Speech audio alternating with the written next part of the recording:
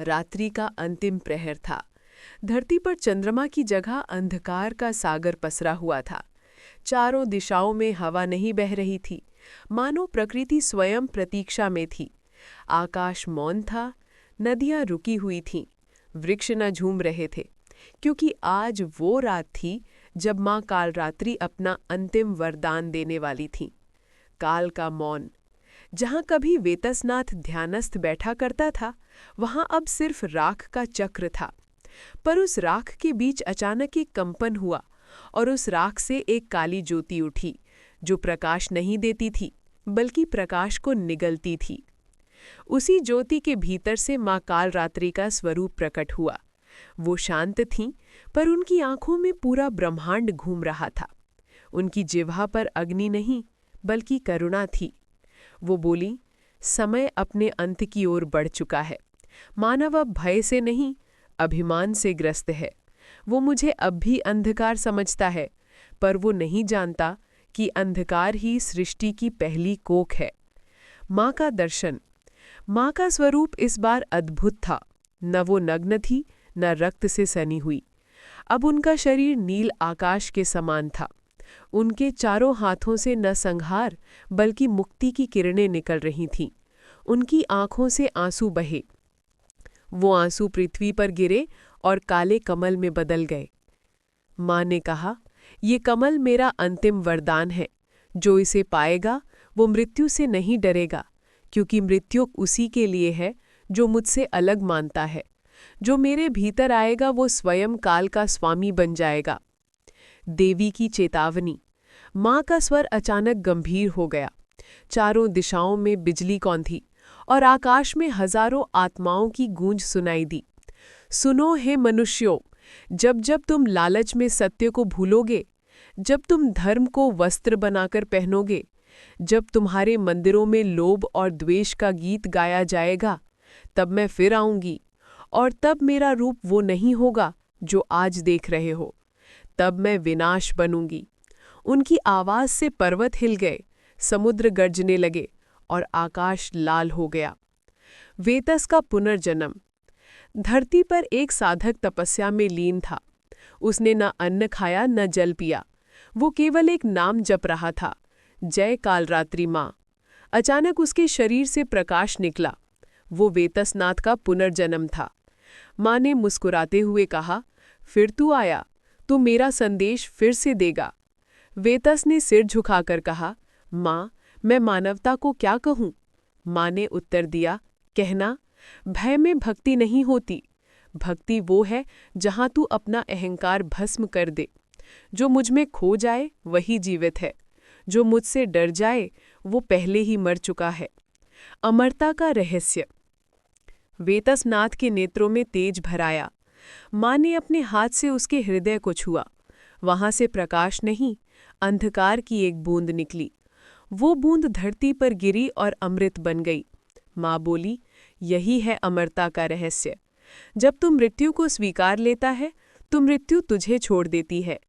जब तू भय से मुक्त होता है तो काल तेरे चरण चूमता है। माँ धीरे धीरे आकाश में विलीन होने लगी। उनकी आवाज अब हवा में गूंज रही थी। मुझे खोजने शमशान मत जाना, मुझे पाने के लिए ध्यान मत करना। मैं तेरे भीतर हूँ, तेरे भय, तेरे प्रेम, तेरे मौन में। जब तू स्वयं को पहचान लेगा तब मुझसे मिल जाएगा। उसके साथ ही आकाश से एक काला प्रकाश बरसा। धरती पर जितने भी साधक, तांत्रिक, योगी थे, सबके भीतर एक ही मंत्र गूंजा, जय कालरात्रि माँ। जो अंधकार को स्वीकार करे वही ब्रह्म को जान पाए। और फिर रात समाप्त नहीं हुई, क्योंकि वो रात कभी थी ही नहीं। वो थी माँ की श्वास, जिसमें आज भी सृष्टि घूम रही है। कालरात्रि का अंतिम वरदान समाप्त नहीं, ये शुरुआत है। जो इसे सुन लेता है उसके भीतर कुछ जागता है। वो या तो प्रकाश बन जाता है या अंधकार का पुत्र। हजारों वर्ष बीत चुके थे। दुनिया बदल गई थी, पर मनुष्य की आत्मा वही थी, भ्रमित, लालच में अंधी और अपने ही भय में कैद। धर्म व्यापार बन गया था, साधना प्रदर्शन, भक्ति अब शब्द रह गई थी और सच्चा मौन लुप्त।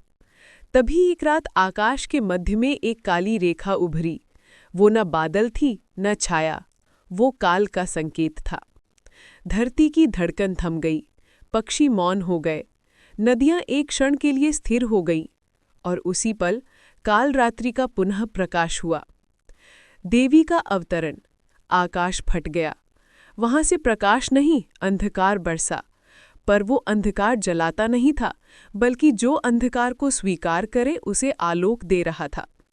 उस अंधकार से एक रूप उतरा, काला नहीं, नीलवर्ण, तेजस्वी पर शांत। माथे पर चांद, नेत्रों में अग्नि और अधरों पर मुस्कान। वो थी माँ कालरात्रि, पुनः अवतरित। पर इस बार वो शमशान की रानी नहीं, मानव की चेतना का स्वरूप बनकर आईं। माँ और मानव का संवाद। एक युवा तपस्वी आणव उस समय हिमालय की एक गुफा में ध्यानस्थ था। वो वर्षों से मौन में था, पर उसके भीतर प्रश्न था, माँ, क्या आप सचमुच अस्तित्व रखती हैं?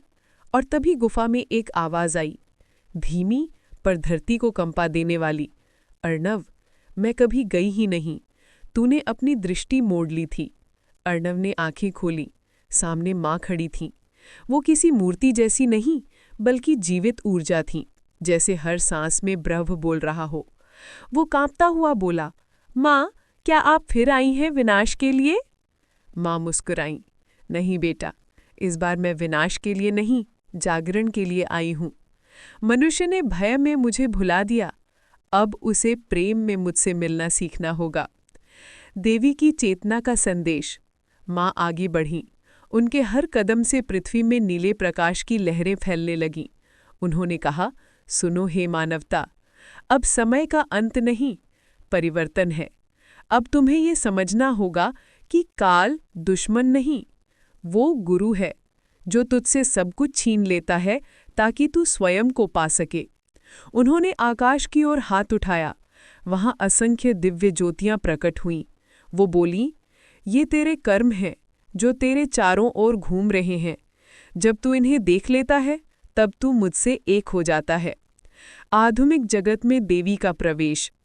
माँ अब पृथ्वी के हर कोने में फैलने लगी, किसी के ध्यान में, किसी के वेदना में, किसी की आंखों के आंसू में, कभी किसी बच्चे की मुस्कान में, तो कभी किसी तांत्रिक के मौन में।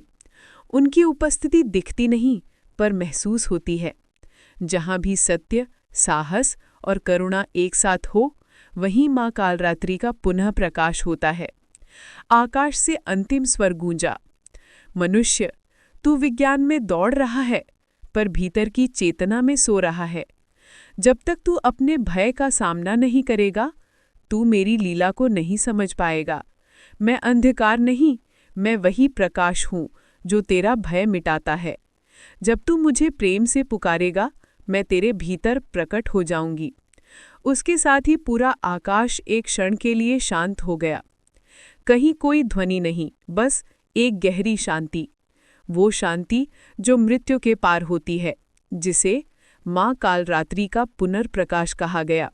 आज भी कहा जाता है, जिसके हृदय में सत्य की लौ जलती है और जो अपने भय को गले लगाता है, वो हर अमावस्या की रात माँ के उस प्रकाश को देख सकता है, वो प्रकाश जो अंधकार में छिपा है।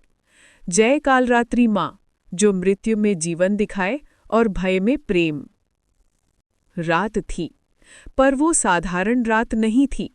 वो थी महामौन की रात्रि, जब धरती की हर धड़कन थम जाती है। आकाश में न कोई तारा था न चांद, सिर्फ एक काला प्रकाश जो चमक नहीं रहा था, बस जीवित था। वो प्रकाश माँ कालरात्रि का स्वरूप था। वो अब किसी शमशान की देवी नहीं, बल्कि सृष्टि की चेतना बन चुकी थी। माँ का आह्वान। पूरी पृथ्वी पर एक ही समय में हजारों आत्माएं जागी। कहीं एक बालक ने स्वप्न में माँ को देखा, कहीं एक वृद्ध साधक ने हवा में उनकी उपस्थिति महसूस की। आकाश से आवाज आई, अब समय नहीं, चेतना बदलेगी। मनुष्य अब मुझे खोजने नहीं आएगा, मैं स्वयं उसके भीतर उतरूंगी। हर जगह, हर जीव के भीतर एक कंपन हुआ। वो कंपन इतना सूक्ष्म था कि कोई सुन नहीं सकता था, पर उसकी गूंज पूरे ब्रह्मांड में फैल गई। मानव और देवी का संवाद। वाराणसी के प्राचीन घाट पर, जहाँ गंगा नित्य बहती है, वहाँ एक युवक ध्यान में लीन था। उसका नाम था आर्यन, एक सामान्य मानव, पर हृदय में गहरा प्रश्न लिए। यदि देवी सर्वत्र है, तो वो मेरे भीतर क्यों नहीं दिखती? और तभी गंगा का जल थरथराया, हवा में राख की सुगंध फैली, और वो स्वर सुनाई दिया जिसे युगों से साधक तरसते थे। आर्यन, मैं तेरे भीतर हूँ, तू बाहर खोजता है, पर तेरी आत्मा मेरा मंदिर है। आर्यन कांप उठा। उसने हाथ जोड़कर कहा, माँ, यदि आप भीतर हैं तो मानव आपको क्यों नहीं पहचानता? माँ ने उत्तर दिया, क्योंकि मनुष्य देखता है भय को, सत्य को नहीं। वो चाहता है चमत्कार, पर नहीं चाहता मौन। और मैं मौन में बसती हूँ, शब्दों में नहीं।